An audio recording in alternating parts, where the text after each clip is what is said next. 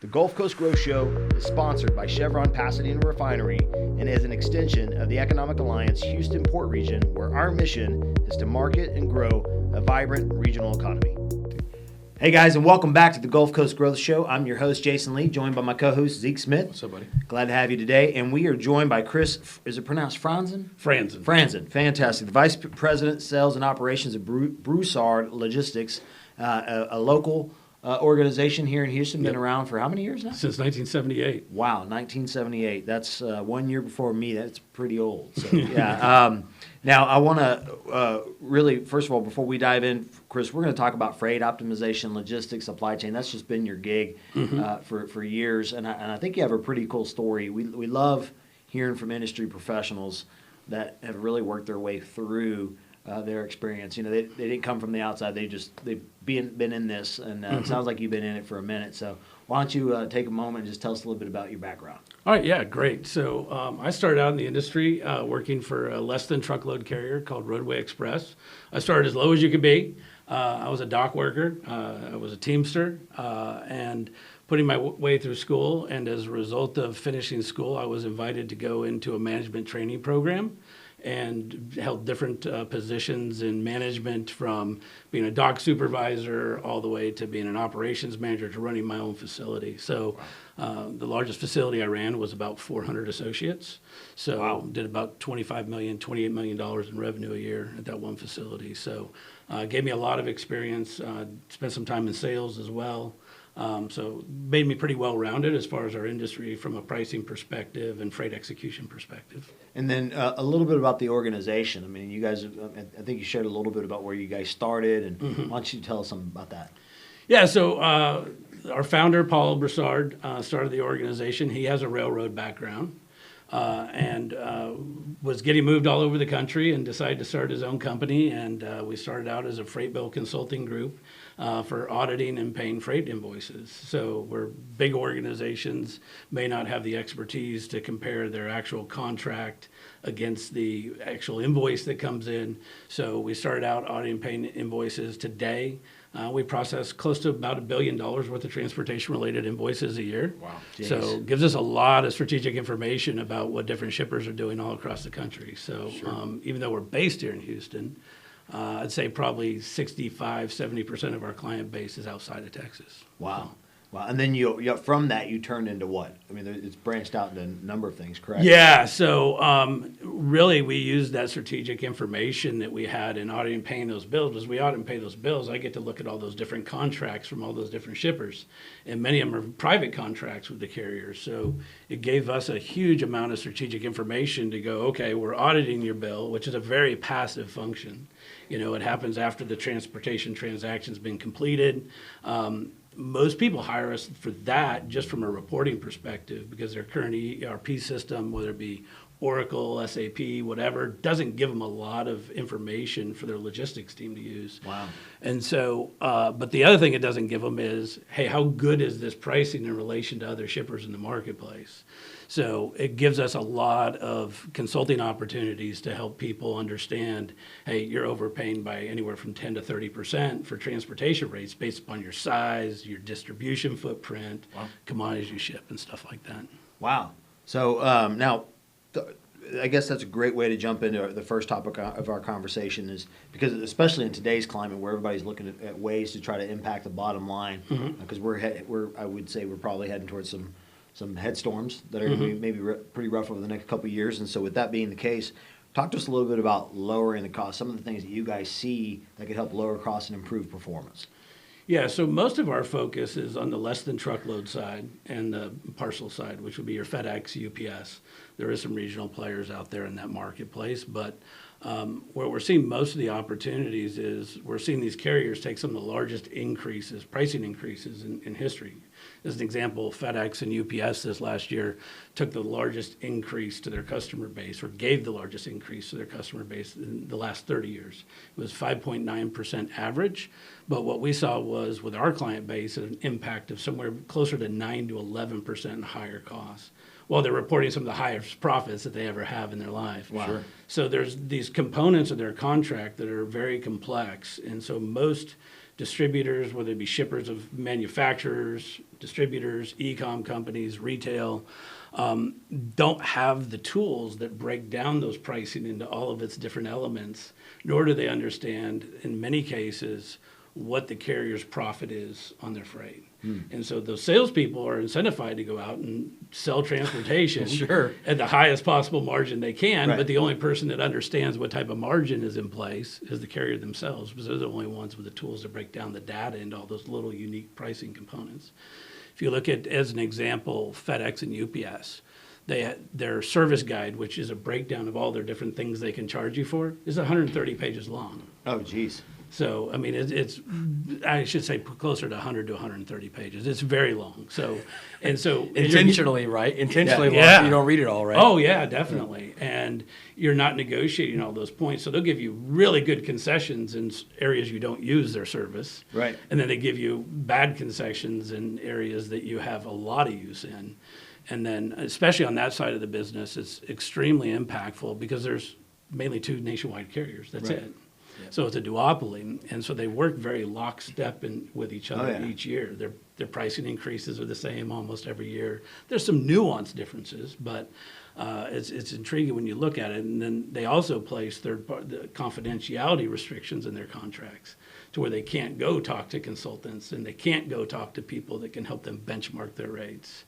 So they're very tied in, and then everything's volume incentivized. So if they did want to use some of the regional players like Lone Star Overnight here in Texas, they're not able to, because if they take that volume away from FedEx or UPS, their discounts get worse. Oh, wow. So, God. so It feels a lot like, well, I mean, I don't know. I'm just, what are they? Do you want your Amazon packages to show up tomorrow? Yeah, no, I'm going to be quiet. Chris because I want my do this, that's package. Yeah, right. you do your thing. I want mine left This- on the porch, yeah. not thrown over the fence, for once. Just Absolutely. So, They got a bunch of divorce lawyers running the place. Jeez Louise. It's crazy. so Chris, with the pricing and the complexity of the contracts, like you mentioned, obviously from a customer standpoint, you want to be efficient with your supply chain logistics. So talk about that. What are some strategies that companies can use to maximize their efficiency? Obviously, supply chain is a huge buzzword over the last 18, 24, 36 months coming out of the pandemic era. So give us some of your expertise on how customers or companies can maximize efficiency on their shipping logistics.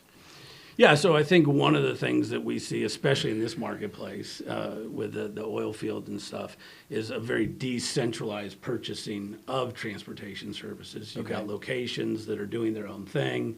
There might be corporate policy, but at the end of the day, those individual locations are responsible for their own P&L. So they're going to use who they're comfortable with, even if they're overpaying it. The other thing that we see is you've got the outbound shipping operation is using one set of carriers. On the other side of it, the purchasing side, they're using a different set of carriers to bring raw materials in. Right. So using those economies of scale within the organization itself is the first step that I see that a lot of people should use. And then even into purchasing terms, they're taking and they're letting the vendor dictate the routing into them, and they're doing a prepay and add, which means they're taking, here's your bill for the cost of goods, and then we're adding a transportation charge. And as long as they call it shipping and handling charges, they can mark it up as much as they want. So, and then they lose visibility to what some of those expenses are because it's wrapped up in one vendor bill instead of a transportation-related invoice. So what can they do about that? Just challenge that, push back a little bit, or are there there are vendors that do it a little differently? How do we, I don't want to say combat it like it's a bad thing, but how do we keep an eye on that as a company? Yeah, a lot of organizations don't understand how much they're actually paying for in transportation, so it's getting the visibility to it first, right? From there, the purchasing terms, I mean, is just reaching out as their purchasing team gets with each one of their vendors to purchase materials, especially if it's an LTL or parcel quantity, is, hey, what's my cost delivered, and what's my cost where if I have it picked up at your location and have it brought into me, and then price it out against the pricing that you have with your own carrier contracts. And where that's really going to help you, especially on the parcel side where it's volume incentivized, is you're bringing your volume up, so your discounts could actually get better. So not just breezing by it like just the cost of doing business, just spend a little extra time, take a look at things, and it should help out. Okay. Yeah. And a big piece of that is they don't have technology at their fingertips. Their purchasing team doesn't know how to go in and get a rate for LTL or parcel transportation. Right. And if they do, it's a very defragmented way where they might be going on to 5 different carriers' websites. It's almost like if you went in the airline industry, if you went to Southwest, and then you went to United, then you went to Delta, if you had an aggregator, so to speak, from a transportation management software perspective, then which we provide all of our clients with a proprietary one that we've built ourselves, they're able to rate shop 10 different carriers, 5 different carriers, however many carriers they have as vendors. You just answered my question. I was literally in my head going, well, why hasn't somebody created it? So that's essentially where you guys come beside people. Yeah, if you look to at provide that yeah. resource. Okay. Yeah, we'll integrate it with their ERP system. Oh, wow. Okay. To where that way, especially on the outbound side, as they're creating sales orders, we can actually rate shop it, and we can route it either least cost or quickest transit for them, and then report that information directly back to their finance department and accounting department, to where they can actually bill out for the transportation charges. A lot of times they used to wait for that freight bill to actually come all the way into their accounting department before they'd bill for it.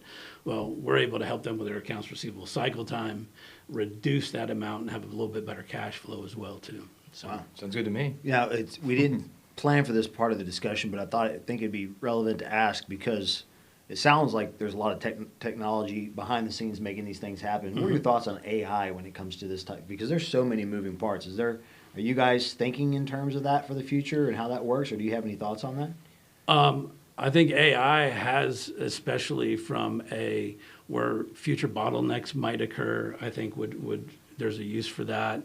I think from a pricing perspective, there's been some of our competition out there that has marketed themselves as having AI that will help them optimize people's contracts and give them valuable insights into those pricing agreements.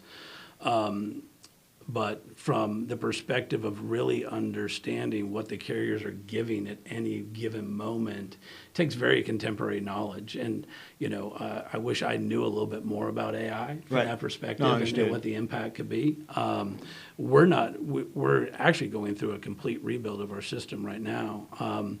And AI was a thought, but we didn't even, the cost surrounding it for a proprietary system to give away to folks just was not feasible for us. No, understood. Yeah, and I think when it comes to AI today, I'm asking the question to a lot of folks because it's all brand new. Some people are saying I see this, and then other people are saying we haven't really figured it out yet, and it hasn't cracked the surface. So we know it's coming. We just don't know where and at what level. So yeah, exactly. Yeah, when the new model TV comes out, you let it sit for a little while, price comes down. Yeah, exactly. That's always the way it goes. Yeah. So last thing when it comes to well, you know what, we probably should pivot as we kind of get ready to end the show. But the one thing that I would say is, you've obviously had some experience. You've been across multiple places in the industry. Perhaps you could share a little bit about some of the factors that have contributed to your success. Yeah, I think for me, it was starting at the very bottom, and, having to move boxes and drive a forklift myself and then work my way into a management position. I think that was extremely helpful. I think working on the consulting side made me much more well-rounded at the end of the day from the perspective of I get to talk to all these different manufacturers, distributors. I get to learn a lot about how they do business. So it's maybe a bit better businessmen as well. Right. So not just from a supply chain and logistics perspective.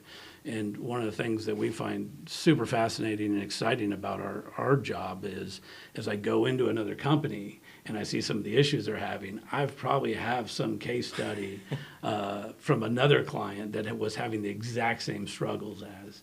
So we're able to come in, make recommendations, really at a pro bono level at that point, and say, hey, have you thought about doing it this way? Nice. So the old it's very feel, felt, found technique, Yeah. right? Sales, that's great, yeah. Plus so- your experience wrapped in there, it's good. Yeah, and so part of that too is we do a no obligation, no cost assessment for people, for them to understand, where their pricing relates to some of their competitors in the marketplace, or at least a shipper that has a very similar distribution pattern. So, we're able to understand and show them, because many times, I'd say 2 out of 10 times, we'll talk to a shipper, they'll give us invoice data, we'll look at it, and they're already at a best in class. Their rates are as good as they can be. But 8 out of 10 times we are finding that it's not. Right. So that there is room for improvement. So. I think I appreciate the fact you guys are bringing more transparency to this, that, again, folks just consider it a price of doing business, and it's like there's some money to be saved here if you just do it the right way and spend a little bit more time, right? A little bit more intentional time on it. Well, what's interesting is at a micro level. I mean, because I just did this process, but every year I'm looking at my insurance rates and everything that comes across my home, and for probably the first 10 years of my life before I got wise, I would just be like, well, my rates went up. That's the cost of doing business. It just went up. Now, when my rate goes up, I call my insurance guy immediately and I say, hey, we need to shop like right now. Right. And because he's not going to do it.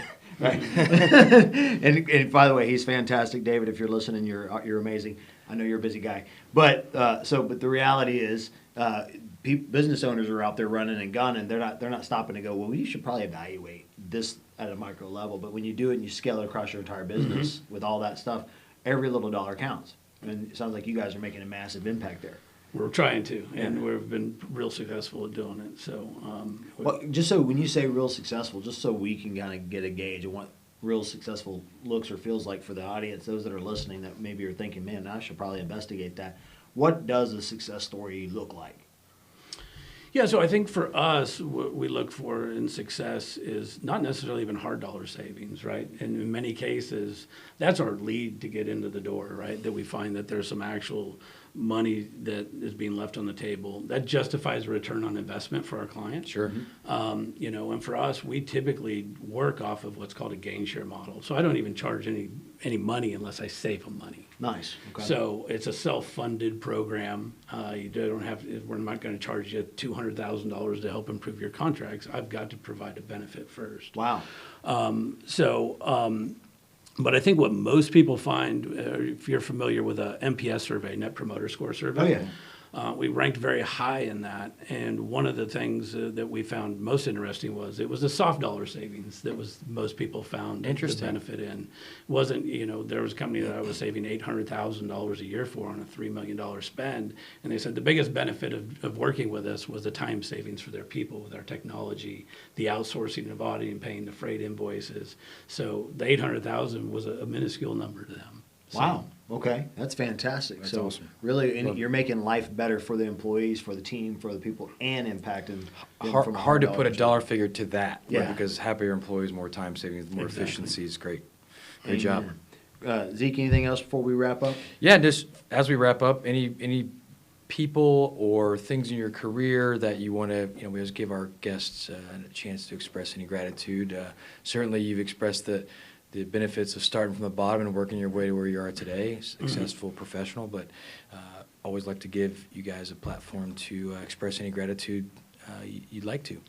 No, I appreciate that. So, I'd certainly like to show a lot of gratitude to the Broussard family. I think one of the things that I enjoy about where we work is that while we're in business to make money and make profits, we first look to provide value to our clients. And it's hard to find organizations, especially with all the PE backing that's out there now and everything else, where it's not just about profit. So we kind of look at it almost like exercising. And exercising, if you focus on the behaviors, you're going to lose the weight. So if we focus on providing value, the profit dollars will be there. So it's great working for an organization that's got that customer focus with the value first. Fantastic. Awesome. So for our audience, our shows range across the board. There's certain shows you listen to gather or garner information just to get some insight. They're really like 30,000-foot views. This is more of a tactical show, like meaning you've shared some great information for a business owner. If they're listening to this and they use freight transportation, that's part of their business, which might be a piece of our business considering we're the Economic Alliance Houston Port region. So, so there's probably some people that ship things listening to this. So with that being said, might be a few. Make goods and move goods. Yeah, That's what we make do goods, right move here. goods. So this, to me, has felt a lot like a really good tactical discussion, something that somebody can take and say, I probably need to maybe move to action from here. And so if they wanted to move to action, how do they reach out to you? Yeah, so number one, our website, www.broussardlogistics.com, is a great way. There's forms to fill out for different services. So the other thing to do is to reach out to us directly. We have live people answering our phone, so you won't be passed to an operator or some voice system. And the phone number to reach our office directly is 921-2480. Okay, perfect, fantastic. And so again, and for Chris, you did a fantastic job today. Again, what a great story, inspirational to hear for a guy that was working on the docks and then now making $800 million impacts inside of organizations. What a great story. And I want to thank our audience. We're full of great stories all the time, and we just like this. And we would love for you to consistently tune in and help us share those stories. As a reminder, you can always tune into our shows through the Economic Alliance Houston Port Region website, and go to there and then go under media and just subscribe. Once you subscribe under the media tab, you can get these podcasts at any of your favorite channels. Spotify, YouTube is where a lot of people tune in. And then you can also reach out to Zeke and myself on LinkedIn. Get plugged into us. If you have any recommendations on people you want to have join us on the show, we'd love to hear from you. And as always, stay tuned in. Zeke, thanks for being a part of it. Yeah, Thanks, Chris. Yeah, thanks for inviting glad me. to have you, man. You All bet, right, man. see you guys next week. Thank you.